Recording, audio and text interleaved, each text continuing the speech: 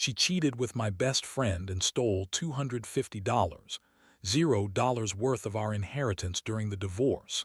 Now he's claiming he owns half my family's estate because of a hidden will they forged. I never thought I'd be the guy to get like this, but here I am, sitting in my living room trying to process how my perfect life unraveled in less than 2 months. The thing is, it all started with little signs, things I brushed off at first, like Amy's sudden obsession with her phone, her excuses about late work nights, and the way she'd disappear into the bathroom for hours when we were supposed to be watching TV or just relaxing. I mean, I knew she was busy, but I never thought she'd be sneaking around with my best friend Jake. Looking back, I should seen the warning signs. Amy's attitude shifted. She became bitchy, snapping at me over nothing, like I was the problem when all I wanted was to connect. She started wearing more revealing clothes, and her excuses about going out with friends turned into vague stories about late dinners or working late. But the real bombshell hit me when I found her. Phone one night completely by accident, I swear. I'd gone to grab my charger from the kitchen, and as I reached for it, I saw her screen light up. A message from someone named Jake popped up and the words made my stomach turn. It was explicit, talking about meeting up and even worse, bragging about how much Amy loved having sex with him. I froze. I read the whole thing. They'd been seeing each other behind my back for months. The worst part, they'd been doing it during our supposed date nights.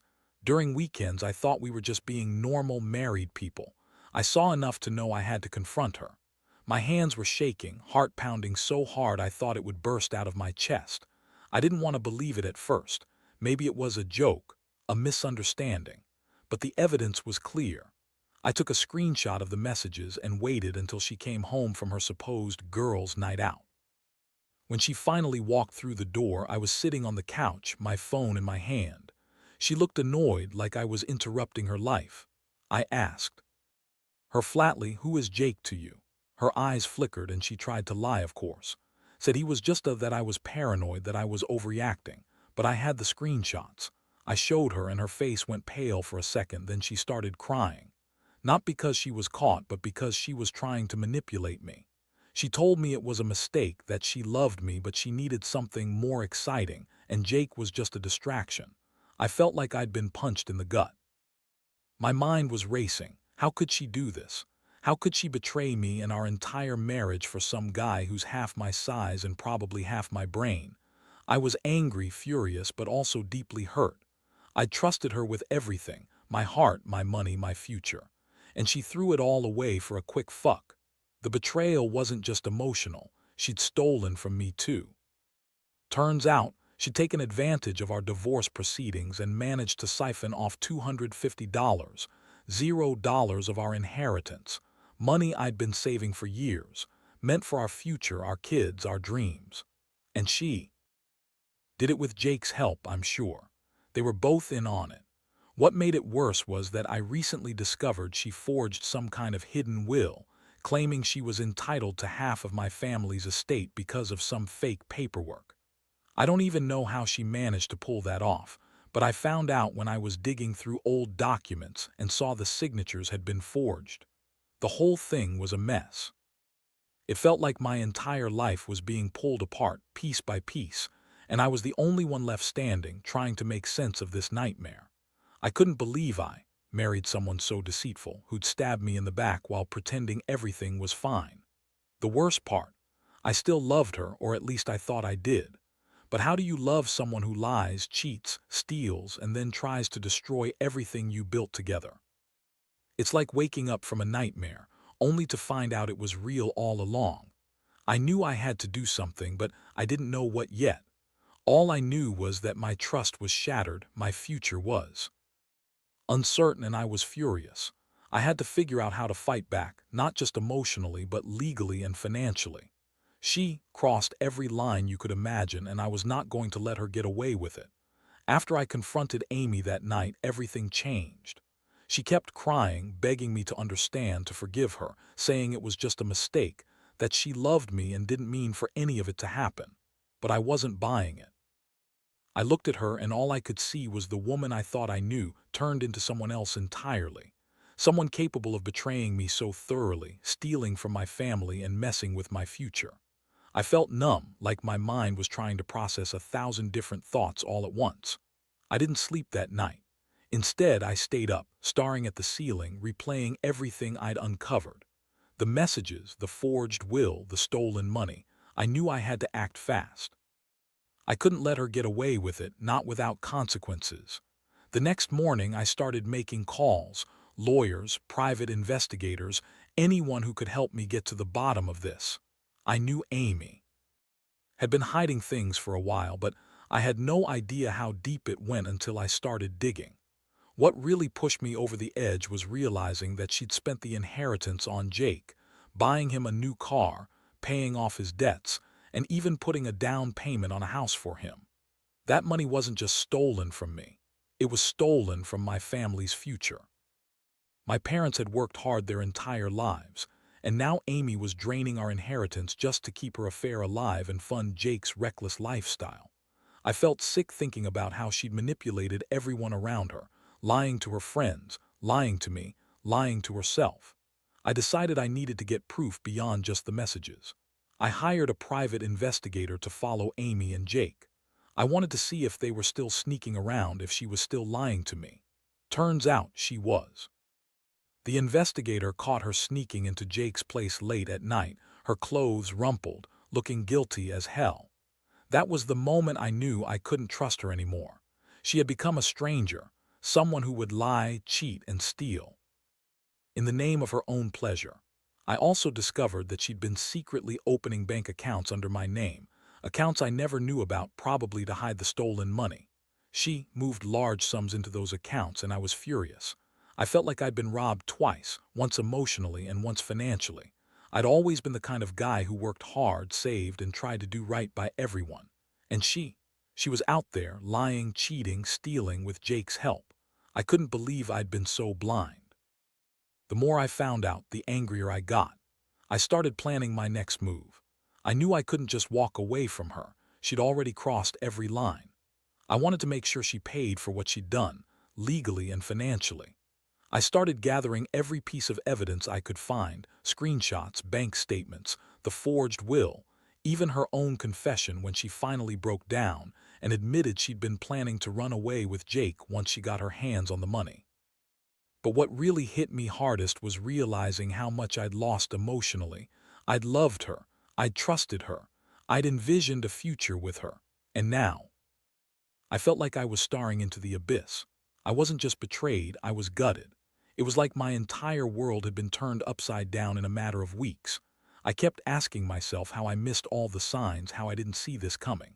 But the truth was, I was, completely. Now I was sitting on the edge of a decision. Do I fight for the marriage? Do I try to save what's left of what we had? Or do I cut my losses, get a divorce, and start over? Honestly, I wasn't sure. But one thing was clear. Amy had to be held accountable. She was going to regret what she'd done one way or another. I was going to make sure of that.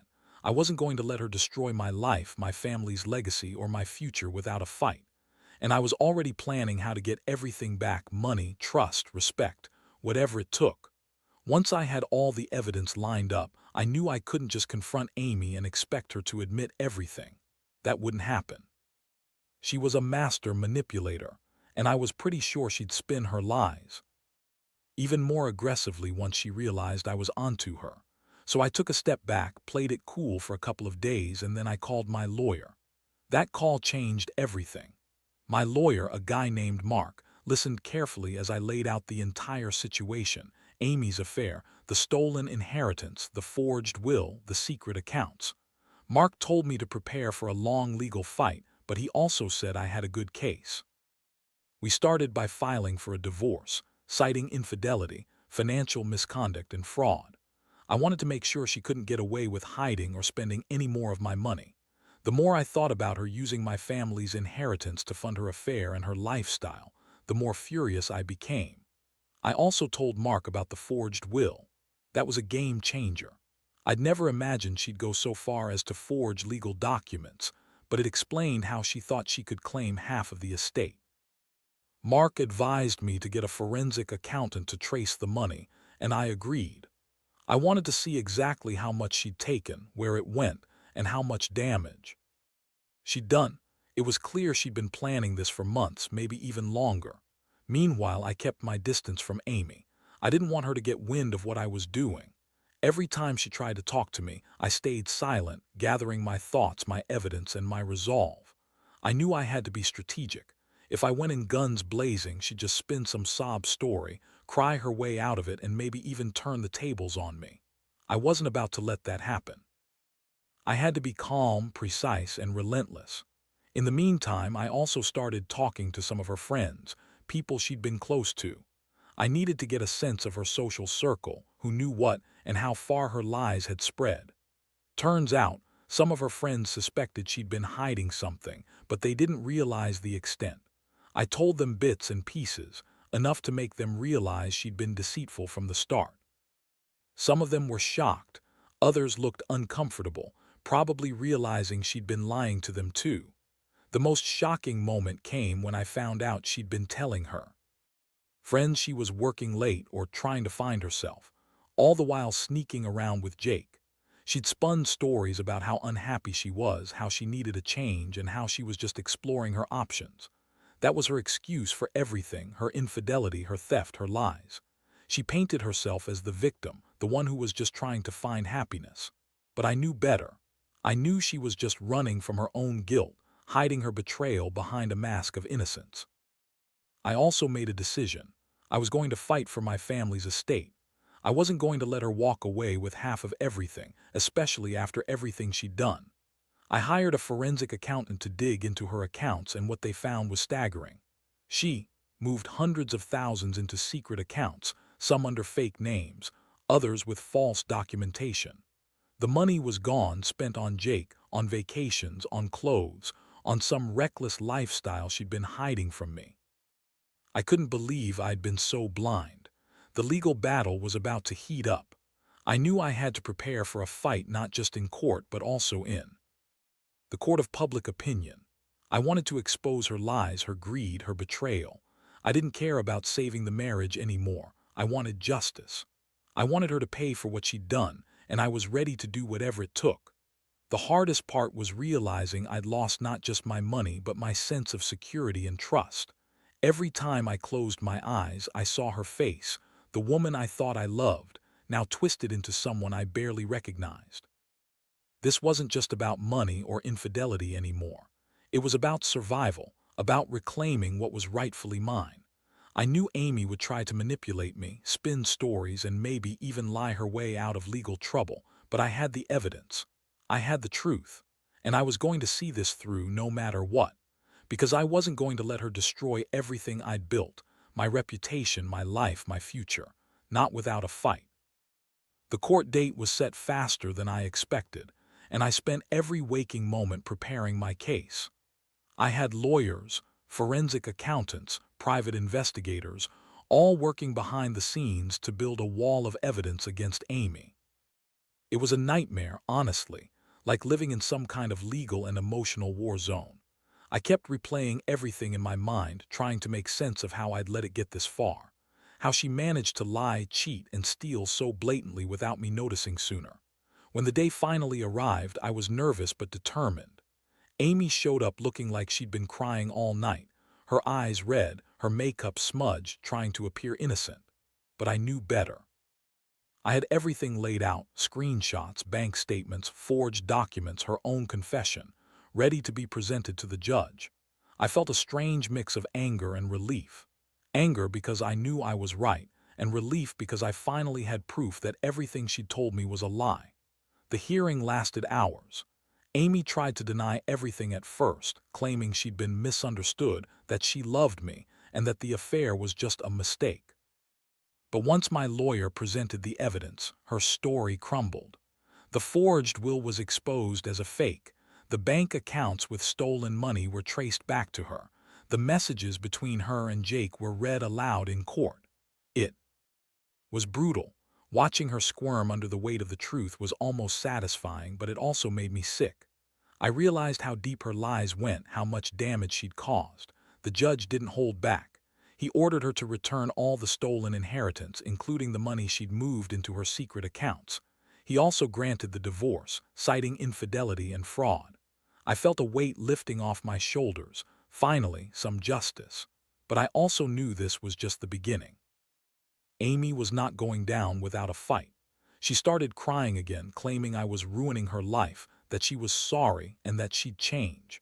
But I saw through her. Sorry or not, the damage was done. She'd betrayed me, my family, and everything we built together. After the hearing, I felt exhausted but oddly relieved. I had done everything I could to protect myself, my future, and my family's legacy. The financial mess was still there, but I had a plan to recover what I could. I also started working on rebuilding myself emotionally. I realized I'd been so caught up in the betrayal that I'd forgotten to take care of myself. I reached out to friends and family for support, and I promised myself to focus on healing, no matter how hard it was. The aftermath was complicated. Amy moved out of the house, but she didn't go quietly. She continued to spin stories, trying to manipulate her friends and even some family members into believing she was the victim.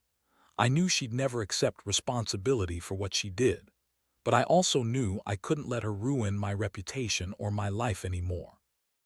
I cut ties with her, blocked her on social media, and started the process of rebuilding my financial stability. The stolen inheritance was a blow, but I was determined to come out of this stronger. What struck me the most was how much this whole ordeal exposed the fragility of trust. I'd given her everything, my love, my money, my future, and she'd thrown it all away for Jake and her own selfish needs. It made me question everything about relationships, about how people can hide their true selves so well until it's too late. I learned that sometimes the hardest thing isn't fighting in court or proving your innocence. It's trusting again after someone you loved has betrayed you so badly. But I also learned that justice, even if delayed, is worth fighting for. Now, I'm trying to focus on rebuilding my life, slowly, carefully. I've started therapy to deal with the emotional scars, and I've taken steps to protect my assets better. The betrayal has left a mark, but I refuse to let it define me. I want to move on, but I'll never forget what happened. I just hope others realize that sometimes the people closest to you can hide their true intentions behind a pretty face, and you have to stay vigilant, especially when it comes to money and trust. Because once it's gone, it's damn hard to get back. It's been a few months since the court case wrapped up, and honestly, I'm still trying to put the pieces of my life back together. The legal battle drained me physically and emotionally, but it also opened my eyes to so many things I'd been blind to before. I thought I knew Amy, thought she was the woman I married and trusted with everything. Turns out I barely knew her at all. She was a master at hiding her true self, and her lies ran so deep that I wonder how I ever believed anything she said. After everything, I've come to realize that trust is a fragile thing. Now I'm more cautious, more guarded. I don't jump into relationships blindly anymore. I've learned the hard way that people can hide their intentions behind pretty words, and sometimes they'll betray you for their own selfish gains. The betrayal cut deep, but I've also learned how to rebuild myself from the wreckage. I've started focusing on my career again, diving into projects I'd neglected, and I've made a conscious effort to surround myself with honest, trustworthy people. The financial fallout was brutal. I managed to recover most of the stolen inheritance through the court's order, but some of it was spent or hidden so well that I doubt I'll ever see every penny again. That sting of loss is still there, but I remind myself that money isn't everything. What hurts more is the betrayal, knowing someone you loved and trusted could be so manipulative, so selfish. It's a bitter pill to swallow, but I'm learning to accept it and move forward. One thing I've realized is that I need to focus on healing. I started therapy, which has helped me process the anger, sadness, and confusion. For a long time, I carried this heavy weight of betrayal, and I thought I'd never be able to trust again. But now I see that healing is possible, even after the worst kind of betrayal. I've also been more selective about who I let into my life. No more rushing into anything. I want to rebuild slowly, with people who genuinely care and aren't hiding some dark secret. I won't lie. There are nights when I still replay everything in my mind. The secret messages, the forged documents, the way Amy lied to everyone, including her own family, I bet. It's a lot to process, and I sometimes wonder how I missed all the signs. But I remind myself that I was blinded by love, and that's human. What matters now is that I've learned my lesson. Trust must be earned, not given blindly. I also made a decision to cut Amy out of my life completely. I don't want her anymore, not as my wife, not as a part of my future. She's shown her true colors, and I refuse to let her poison my mind or my heart. I want to focus on building a new future, one based on honesty and integrity. I've started taking small steps, saving money, reconnecting with old friends, and doing things that make me happy again. It's not easy, but I know it's necessary. Looking back, I realize how much I've grown from this experience. It's been the hardest thing I've ever gone through, but it's also taught me resilience. I've learned that even in the darkest moments, there's a way out, if you're willing to fight for it. And I've learned that sometimes the biggest betrayals come from people you love most, but I refuse to let that define me. I'm stronger now, more cautious, but also more hopeful that I can find happiness again, without lies, betrayal, or stolen trust. I don't know what the future holds, but I do know one thing. I will never let anyone hurt me like that again. I'll protect what's mine, and I'll make sure I never lose sight of who I am. The scars remain, but they're a reminder that I survived, and that I'm capable of rebuilding from even the worst betrayals. That's the real lesson I want others to take from this. Trust carefully, love wisely, and never ignore the warning signs. Because once someone crosses the line, it's almost impossible to go back. And sometimes the only way to move forward is to cut the cord and start fresh. Looking back now, I realize how much this whole ordeal changed me, whether I wanted it to or not. I used to think that love and trust were enough to keep a marriage strong, but I've learned they're just the surface. Beneath that surface, people can hide things: greed, lies, betrayal, things that can destroy everything you've built in a heartbeat. Amy's betrayal was a wake-up call I'll never forget. It tore my world apart, but it also forced me to confront parts of myself I'd never really had to face before. One of the hardest lessons I've learned is that sometimes you have to fight for yourself first. Protect your assets, your reputation, and your peace of mind. Trust is earned, and if it's broken, it's nearly impossible to repair. I've come to accept that some wounds don't fully heal, but with time, they fade enough for you to move on. And I've also realized that happiness isn't about having everything perfect. Sometimes, it's about learning to survive the storm and coming out stronger on the other side. I don't hold any anger towards Amy anymore. Or at least I try not to. I acknowledge the pain, but I refuse to let it consume me.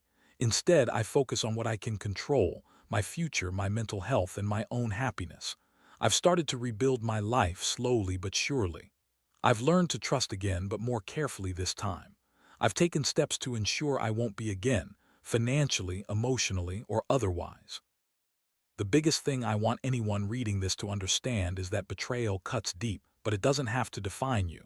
It's okay to grieve, to feel angry, to be hurt. But don't let those feelings trap you. Learn from them, grow from them, and use them as fuel to move forward.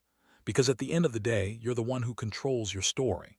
No matter how bad things seem, there's always a chance to start over. Sometimes, the greatest strength comes from picking yourself up after falling.